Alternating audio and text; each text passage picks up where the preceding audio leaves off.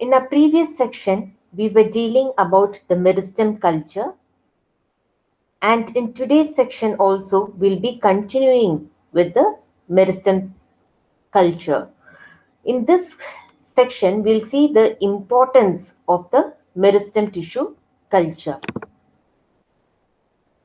Now, before going into the chapter, first let us recall what we told about the shoot tip and meristem culture. If you remember, we told that the shoot tip may be described as a culture of terminal portion of a shoot, right? If this is a plant, okay,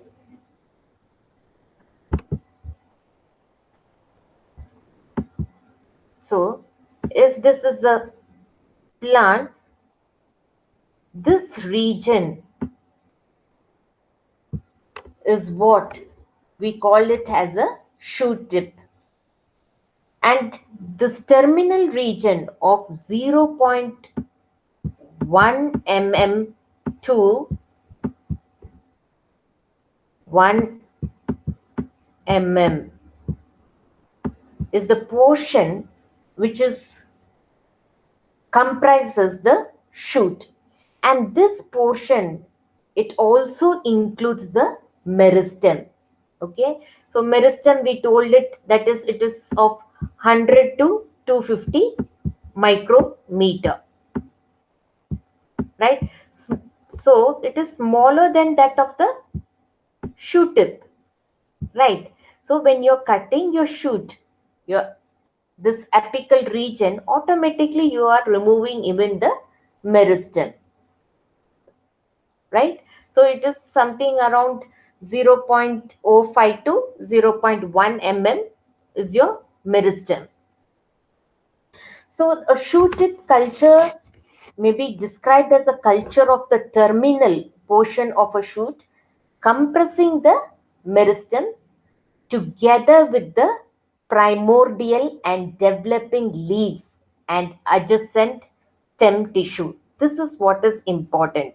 It is just not the apical region or the meristem alone is important, but it should contain the leaf primordial, that is the early stages of the leaf. And particularly if you're going for stem tissue culture, the shoot culture, it should include even the stem. So whenever we are going to culture a shoot or a meristem, we are not going to cut exactly at this region, this length. No, I told you that we will cut a region of 1 centimeters. And then you have seen that how aseptically we clean the shoot, and then we cut all the small leaves, put it into the petri dish and start removing the outer leaves, such that finally we end up in 1 mm of the shoot tip. Now shoot tip culture is particularly useful for clonal propagation, but when we come to meristem culture, our aim is to obtain a virus free plant. Now, already we have spoken that why meristem is used as the for the virus free plant. This is because of the high metabolic rate. The tip of the shoot has a very high metabolic rate. Why? Because it is rich in meristematic tissue. So it keeps on multiplying. And also this region has an high auxin content. And that is why it does not allow the viruses to develop in this region. Also, this region has some activity which gives protection to this particular region of the shoot, thus inactivating the virus. So protection by virus inactivating system. There is some system which is being present that is protecting the plant from the virus activity. And usually the movement of the virus in the plant happens through the vascular system. So what happens wherever there is vascular system, there is also, you can see that the titer or the concentration or the load of the virus is more. But when we come to the apical region, there is no vascular system is not present here. So therefore, there is no movement of the virus. Instead of the vascular tissues, there are what are called as plasmodesmata. Okay, there are cells like this plasmodesmata with the pores. Okay, here's the pore and here the pore wherein there is the movement of the ions. So the viruses cannot move into this plasmodesmata fastly. Their movement is very slow. So these are the reasons why this particular region of the shoot, there is no virus contamination, or it will not allow the growth of the virus. Particularly this region outgrows the viruses. So in the race between the virus and the meristem, it is always the meristem which wins because it is highly active. Saying this, I shall also like to tell that always the meristems cannot be free from the virus. You will see that later on. Okay. So we shall look into the importance of the shoot or the meristem culture. Particularly, we will be focusing on the virus eradication. Micropropagation, I will deal it in detail in the future classes, and storage of genetic resources. So these are the three important uses of the shoot or the meristem culture. So coming to the storage of genetic resources. Now, although some of the crops have seeds that could be stored, they are frequently highly heterozygous and thus do not breed true type from the seeds, right? So the seeds that are highly heterozygous is what?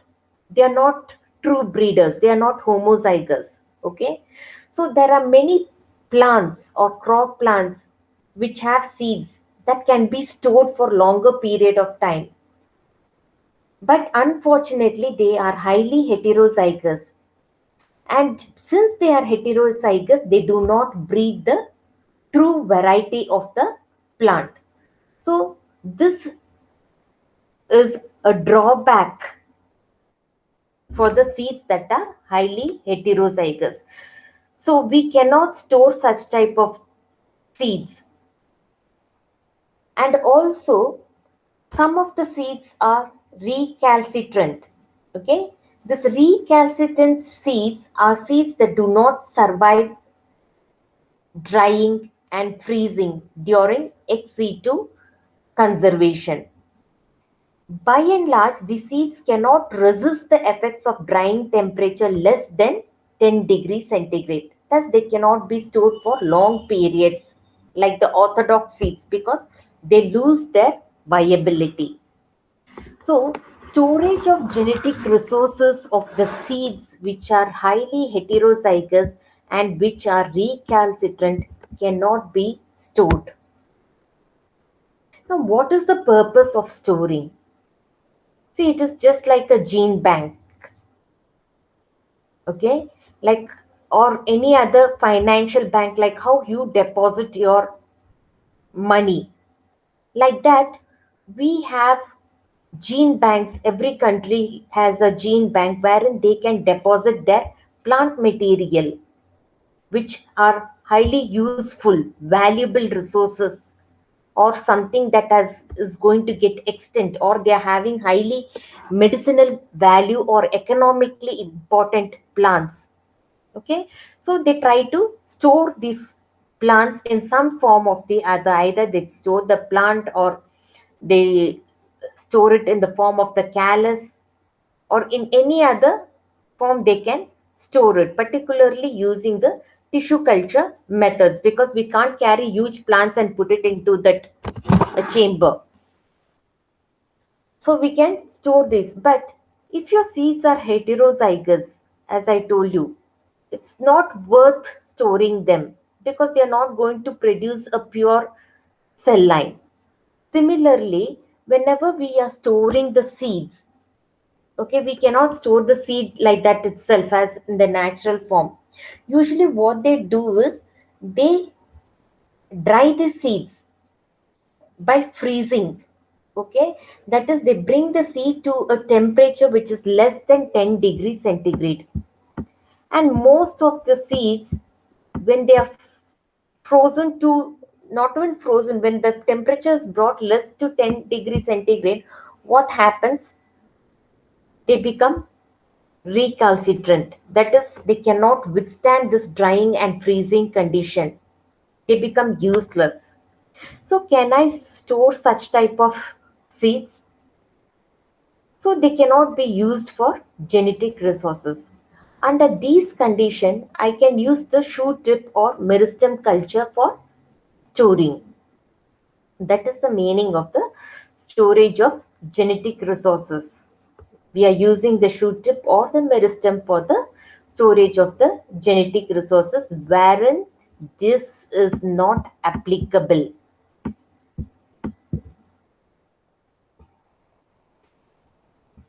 Next, we shall see that meristem or shoot tip culture and quarantine. Okay, so there are some strict regulation concerning the international movement of vegetative plant material. So you cannot carry your plant material from your country to another country. It is not easy at all. Okay? You have to face the checking there. So there are some strict regulation wherein the customs, okay, you have to get the clearance from the customs in the airports. There are some strict regulation concerning the international movement of vegetative plant material. After thoroughly checking, the plant material may be rejected by the quarantine authority if the plant material is carrying some diseases. So there are these quarantine units which keep an eye on your plant to see that whether whatever the plant material you're carrying do not contain any disease. And if so, okay, if they find that it is having some sort of diseases or the seeds are having some diseases, then they will reject that plant, that you are not supposed to carry them. So now, though that plant is useful, still you cannot carry it because you have failed the quarantine testing. So under these conditions, what can be done is the plantlets derived from the shoot tip or meristem culture are easily accepted by the quarantine authority for international exchange without much checking. Therefore, using this technique, crop plants can be easily exchanged in the crop improvement programs that are based on materials from different parts of the world. So this is the major advantages of the meristem or the shoot tip culture, because we know that most of the meristem and shoot tip will not carry any virus or pathogen. So this can be used as an easy movement of the plant materials between the two different countries. So we have dealt with these two. Now we'll see the virus resistant plants. How we are going to obtain the virus resistant plants. So first let us look into the factors affecting the eradication of virus through meristem tip culture. What are the factors that are responsible for the meristem tip culture to eradicate the viruses. First point, let us see the culture medium. The nutrients, the growth regulators, and the nature of the medium highly influence the development of the virus-free plants from the meristem tip culture. So, the nutrients, growth regulators, and the nature of the medium plays an important role in the meristem tip culture. Usually, we have seen that the maximum success is achieved by using the MS media. The main reason for this is because of the high levels of the potassium and ammonium ions which are present in the MS media, and also rich sources of carbon are present such as the sucrose and glucose in a range of 2 to 4% with vitamins and amino acids. So these all factors, okay, contribute to the nutrients to the meristem culture.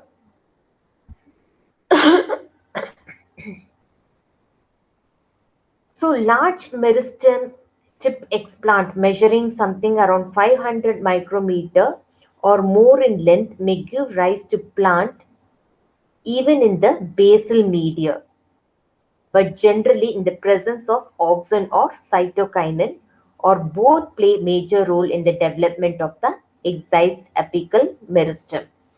So you can go for a larger meristem tip culture like of 500 micrometer, wherein this meristem can be grown even in the basal media. But of course, you require the growth regulators, auxin and the cytokinin, which play a very important role whether if your measurement of the meristem is 500 micrometer or less than that. Now, we told we are going to use auxins and cytokinin, and we know that the auxin concentration is very high in the tip, that is the apical region of the shoot. So, among the auxins, the use of 2,4-D should be avoided. Okay, so we should avoid 2,4-D. Why? Because it promotes callousing. That is, it helps in the formation of the callus, and we don't want a callus here. Then naphthalene acetic acid and indole acetic acid are widely used auxins, and NAA is being preferred due to the better stability. So if I'm going to use auxin, particularly the preference is given to naphthalene acetic acid and indole acetic acid because the NAA has a better stability. And gibberellic acid, the most commonly used is the GA3, promotes the better growth and differentiation of the meristem or your shoot tip, and it suppresses the callus formation. So don't use 2,4-D because it promotes callousing. Use GA3 which suppresses the callousing.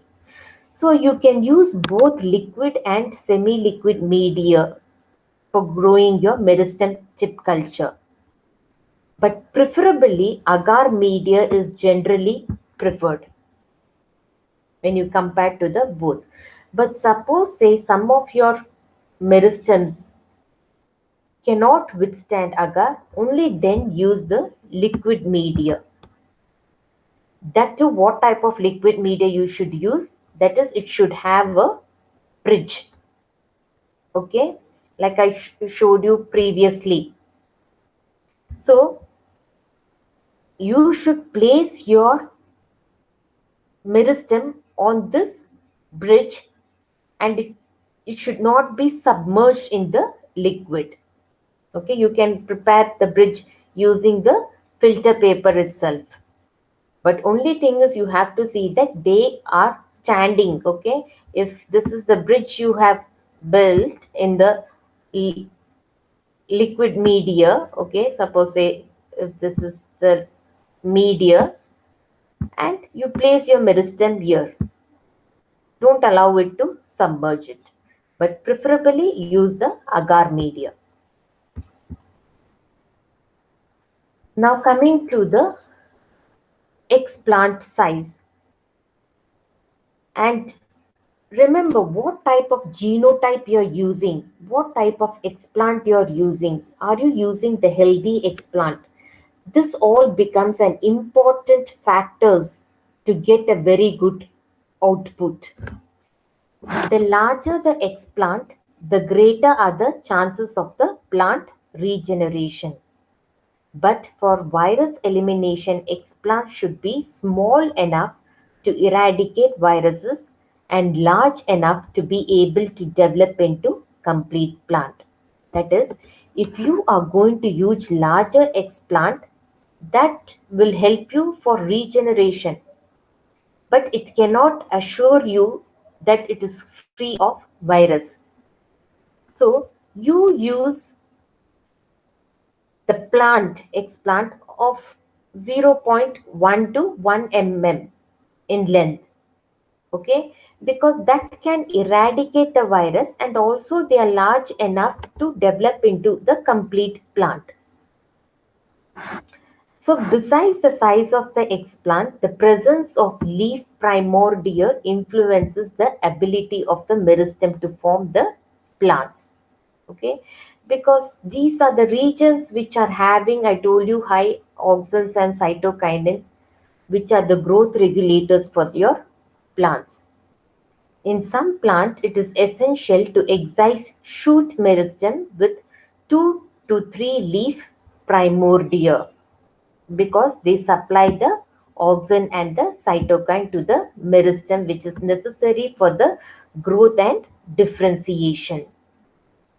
So the size of the explant becomes important, that you should extract even leaf primordia. In some, at least 2 to 3 leaf primordia should be present, not the larger leaves. I told you, no, these primordia means they are the early stages of the development of the leaf growth. In a culture medium containing essential growth regulator, the excised meristem domes develop bipolar axis very quickly during reorganization. So when you are providing these all growth regulators and proper conditions, okay, your we told you that the meristem is the shiny dome type structure. So what happens? It will start producing the bipolar axis. Bipolar axis means that is it can develop one axis into the root and the other axis into the shoot. So it is established further development follows the same pattern as that of the seedling. So once this bipolarity is being developed in your meristem, the other process is same as any other seedlings.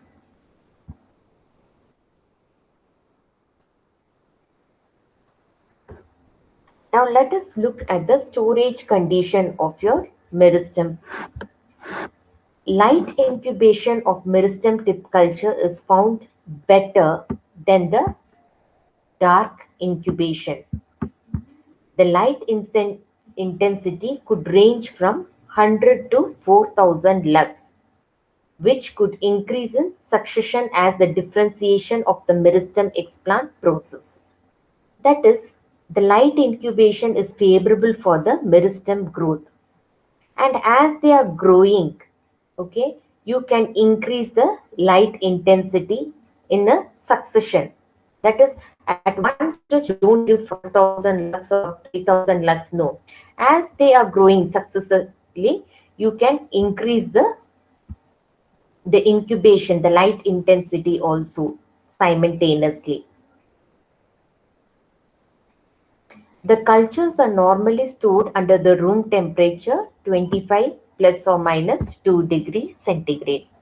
Now this is the dome-shaped shiny structure of your meristem in the 0 day, and you can see in the 7th day, you can see that the primordia is started to develop, And on the 10th day, you can see this is your dome shaped structure with the leaf primordia and the vascular strand with the shoot and the root axis. Okay, so now if you provide the shoot and the root regulators or hormones, this can develop into the whole plant. So did you see the where is the vascular strand? It is not close to the meristem. It is far away. There is distance between these two.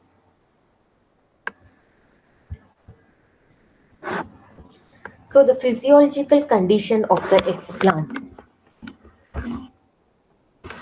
Meristem tip should be collected from actively growing buds. You should choose the type, a very good genotype, and which is actively growing. In few cases, the tips taken from the terminal buds proved better than those taken from the axillary buds. Usually, okay, the terminal buds are considered to be more acceptable than the axillary bud. Now, what happens? Suppose say this is the node, okay, and this is again the shoot and again the node. Now, what happens? Here all the leaves will develop, and here you will be having the axillary bud, right? Instead of axillary bud, what is proven best is the terminal buds. The time excision of the bud is also critical, especially for trees with periodic growth. That is, for example, in temperate trees, the growth of plant is limited only to very short period, that is in the spring, and afterwards dormancy starts. That is, we see that in temperate countries that grow so many fruits. For example, this apple, pear, and all grow better in the temperate countries. But in these countries are cold countries. Okay, only during the spring season you can see that the flowering, the fruiting all happens. Afterwards, it is completely a dormant stage. So you collect your plant or your meristem during the spring season itself. So meristem tip culture can be raised during the spring only for increased success rate. So choose the terminal bud and also see that depending on the season of the plant, you choose accordingly to that particular favorable season. So as I began the class, I told you that though meristem culturing is used for growing virus resistant plant, the meristem may be prone to infection from the virus. See, not only viruses, even bacteria, fungicide, everything is present, fungus is present. But we can easily remove this bacteria or fungus by using bactericidal or bacteriostatic or fungicidal chemical. The problem is with the viruses, it's very difficult to eradicate them. So now what has happened is the apical meristem are not always free of virus, and it can't be considered as a universal occurrence. That is, you cannot say that the apical meristem is free of virus. It cannot be accepted like that. Okay. There are certain viruses like the tobacco mosaic virus, different variety of potato virus, X, Y varieties, cucumber mosaic virus, which invade the meristematic region of the growing tips and interrupts the growth of the meristematic tissue. In such cases, it has been possible to obtain the virus-free plants by combining the meristem tip culture with the thermotherapy. Thermo means you already know you are subjecting to the heat. So in this technique, first the mother plant are exposed to heat treatment before excising the meristem tips. Okay, so suppose say you have a plant of your interest, right? This is your mother plant. You can keep this entire mother plant in a chamber which is provided with a particular temperature. Otherwise, what you can do is alternatively, you can take only the shoot tip culture and expose it to a high temperature of 35 to 40 degrees centigrade for a duration of 6 hours to 6 weeks to obtain the virus free plant.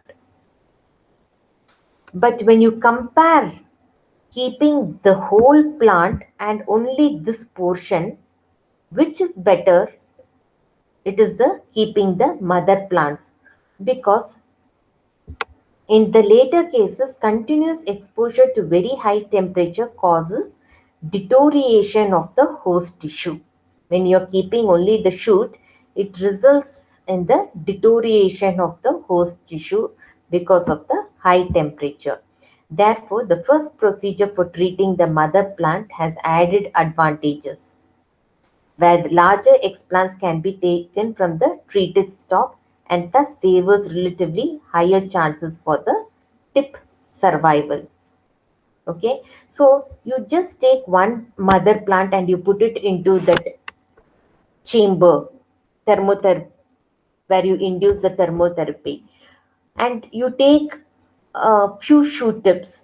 Okay, okay, let us consider you have taken 10 shoot tips. Of this 10 shoot tips, maybe only two will survive the high temperature, because you're keeping for 6 hours to 6 weeks. Okay, the probability may be only two. Whereas when you're keeping the mother plant, okay, the chances are such that out of the 10, okay, maybe 8 will survive and 2 may not survive. Okay, so obviously this is better, because from this one plant itself you can get so many shoots. So this is the advantages of taking the mother plant, as added advantages where larger explants can be taken from the treated stock.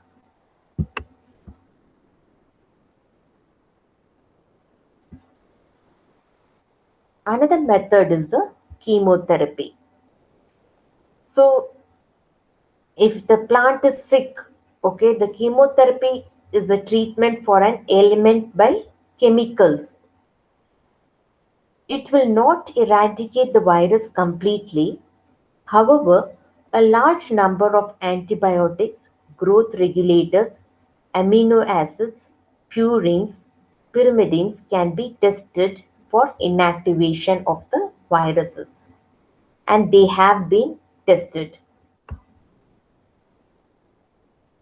So, a nucleotide analog of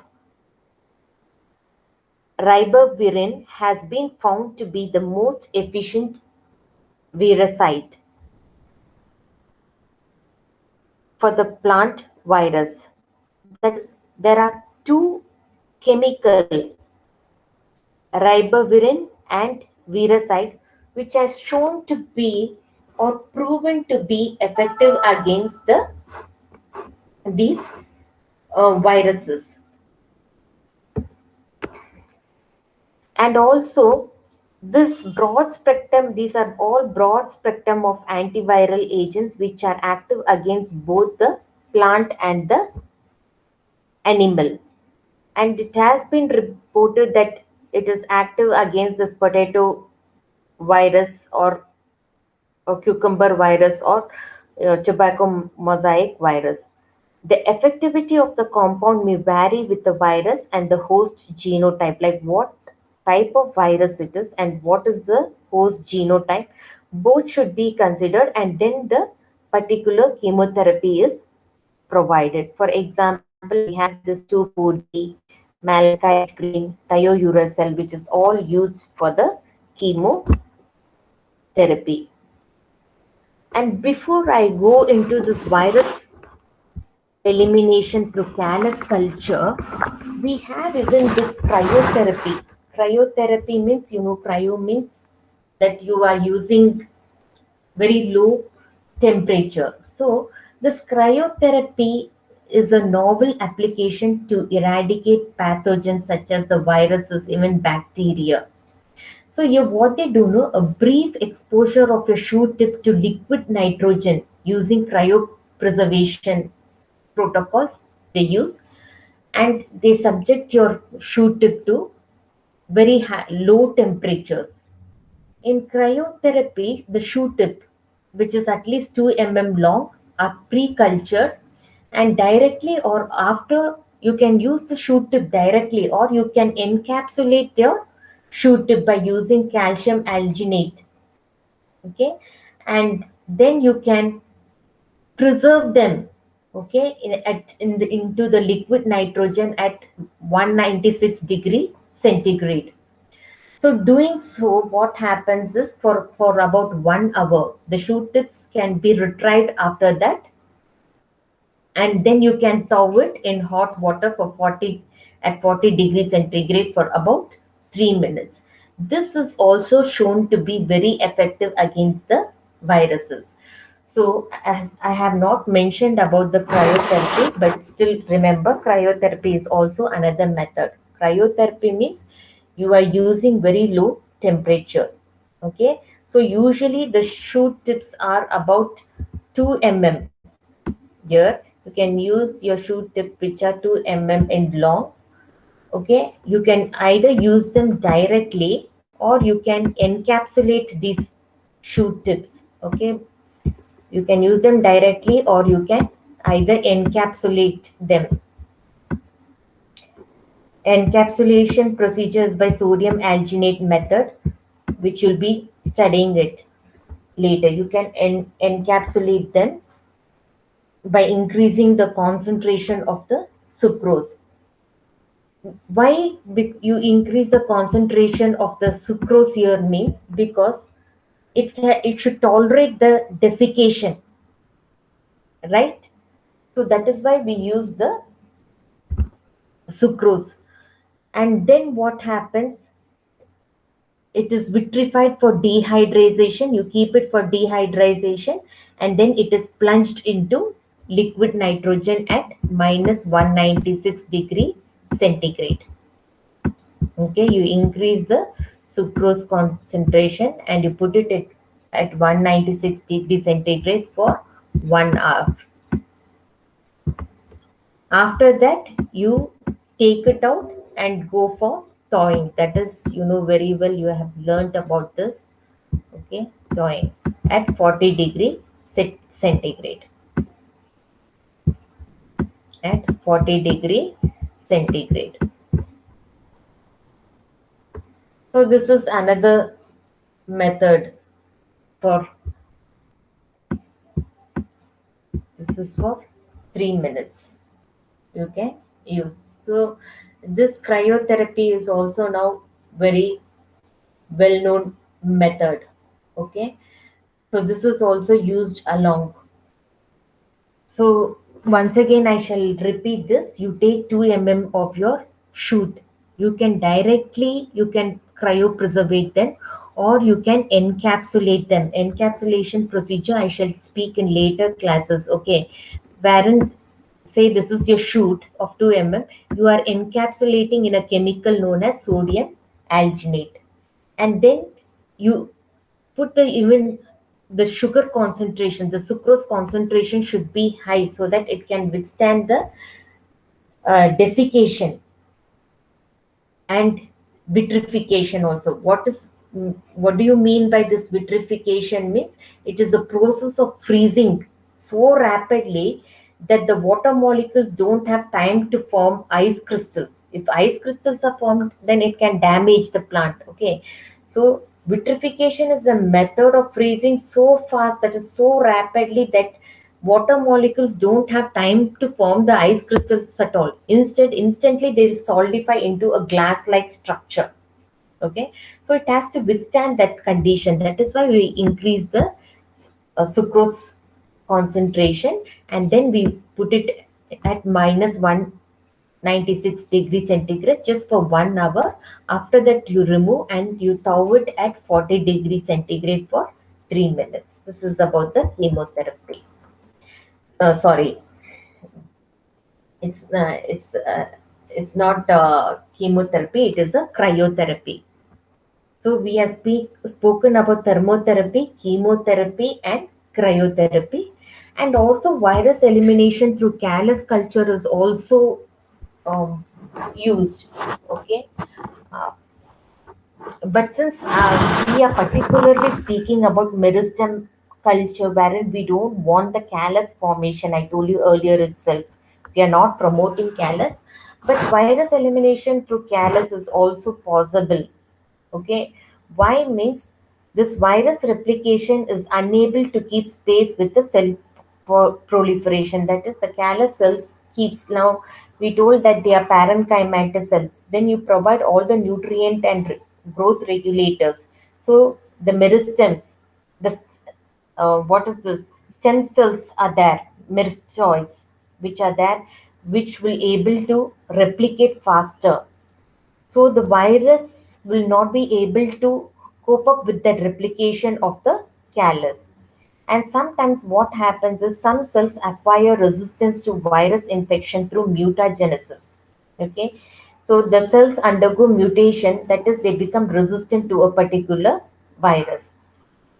Therefore, it is possible to raise virus-free plants from the infected shoot tip calli.